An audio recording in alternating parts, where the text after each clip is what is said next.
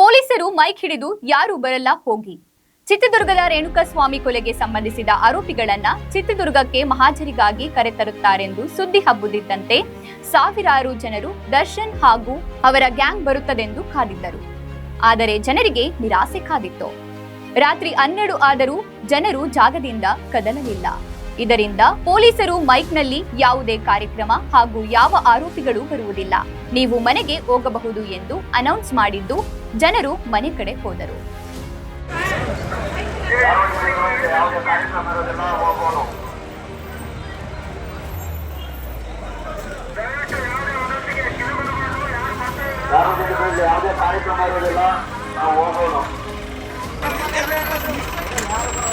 ಸಾರ್ವಜನಿಕರು ಇಲ್ಲಿ ಯಾವುದೇ ಕಾರ್ಯಕ್ರಮ ಇರೋದಿಲ್ಲ, ಹೋಗಬಹುದು.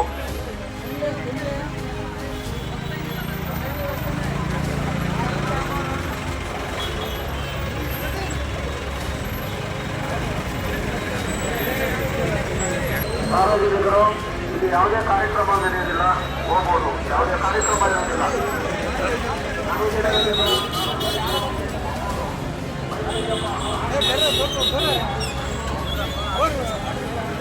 ಸ್ಟ್ರೈಕ್ ಕಂಡ್ರು ಭದ್ರ ಮೇಲೆ ನೀರೆಲ್ಲ ಜಾಸ್ತಿ